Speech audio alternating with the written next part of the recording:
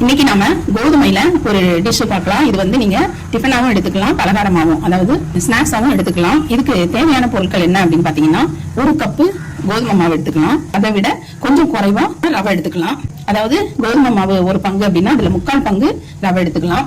ஒரு cup measurement cup நீங்க எடுத்துக்கோங்க. அதுல ஒரு கப்பு வெங்காயம் போட்டுக்கலாம், ஒரு கப்பு தக்காளி போட்டுக்கலாம், பொடியா அரிஞ்ச தக்காளி, கேப்சிகம், ஒரு கேப்சிகம் நீங்க பொடியா நறுக்கி சேர்த்துக்கலாம், 3 பச்சை மிளகாய் சேர்த்துக்கலாம், ஒரு காஞ்ச மிளகாய், தயிர் நம்ம அடிச்சு வச்சிருக்கோம், அந்த தயிர் சேர்த்துக்கலாம். இதுக்கு தேவையான அளவுக்கு சால்ட் சேர்த்துக்கலாம். வந்து சாட் மசாலா கொஞ்சம் சேர்த்துக்கலாம்.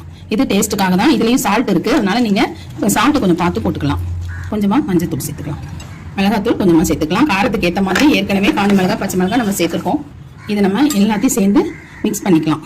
இதை நீங்க நல்லா மிக்ஸ் பண்ணிட்டு தேவையான அளவுக்கு தண்ணி ஊற்றிக்கலாம்.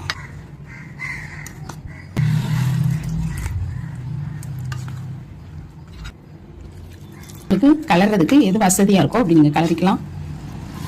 இது ரொம்ப சூப்பரா இருக்கும், ரொம்ப நல்ல டேஸ்டும் இருக்கும், ரொம்ப சத்தானதும் கூட. நம்ம கோதுமையில நிறைய பலகாரங்கள் குழந்தைங்களுக்கு செஞ்சு கொடுக்கணும், ரொம்ப நல்லா இருக்கும். நம்மள நல்ல ஒரு சக்தி கொடுக்கறது கோதுமை. இதை நல்லா நீங்க மிக்ஸ் பண்ணிக்கலாம். நம்ம இன்னும் கொஞ்சம் தண்ணி ஊற்றிக்கலாம். இப்போ வந்து நம்ம இந்த பதத்துக்கு நம்ம ஊற வச்சிருக்கோம். இதை வந்து நீங்க 1/2 hour, அதாவது அரை மணி நேரம் கம்பல்சரி இதை ஊற வச்சிடணும். ஊற வச்சுட்டு அதுக்கப்புறமா நீங்க எடுத்து என்ன செய்யணும் அப்படிங்கிறத நம்ம பார்க்கலாம். இப்போ அரை மணி நேரம் ஊறட்டும். இப்போ அரை மணி நேரம் ஆயாச்சு. நம்ம இப்போ இதை எண்ணெயில போட்டு எடுத்துடலாம். நீங்க எண்ணெய் வந்து ரொம்ப ஃபுல்லா ஊற்ற வேண்டிய அவசியம் இல்லை, கொஞ்சமா எண்ணெய் ஊற்றிக்கலாம். அது உங்க விருப்பம் தான். இதில் அப்படியே ஊற்றிடலாம். நம்ம ஒன்னொன்னாவும் போட்டு எடுக்கலாம், நம்ம விருப்பம் தான். இதில் சின்னதாக ஒன்று போட்டுக்கலாம். இது வேகட்டும், நல்லா வெந்தோடனே பார்க்கலாம். இப்போ நம்ம நல்லா வெந்திருக்கு, இதை அப்படியே திருப்பி போட்டுக்கலாம். உங்களுக்கு என்ன தேவையோ நீங்கள் அந்த சைஸுக்கு நீங்கள் போட்டுக்கலாம்.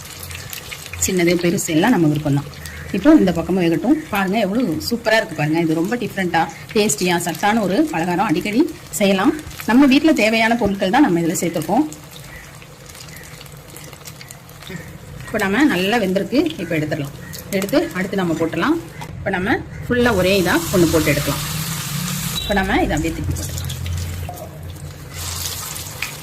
இதே எப்படி வந்துருக்கு பார்த்தீங்களா? இதே மாதிரி கூட நீங்கள் ஒரு இந்த சைஸ்லையும் போடலாம். சைஸ் வந்து நமக்கு ஏற்ற மாதிரி தான், நம்ம எப்படி வேணாலும் போடலாம். இப்போ இது வேகட்டும்.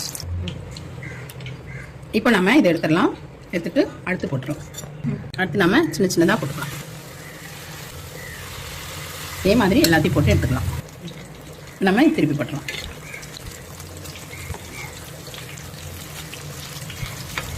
இதே மாதிரி நீங்கள் எல்லாத்தையும் போட்டு எடுத்துடலாம்.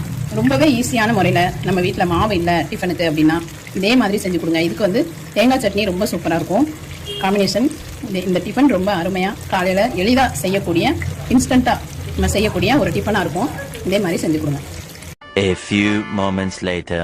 இப்போ நம்ம இதை பாருங்கள், சூப்பரான உங்களுக்கு எப்படி வந்திருக்கு பாருங்க. இதை நீங்க ஆயில்ல போட விருப்பம் இல்லை அப்படின்னா மாதிரியும் நீங்க ஊற்றி சாப்பிடலாம். ஆனா இப்படி ஊற்றினீங்கன்னா ரொம்ப டேஸ்டியா இருக்கும். எப்படி வேணாலும் நீங்க ஊற்றி சாப்பிடலாம். இதே மாதிரி செஞ்சு கொடுங்க.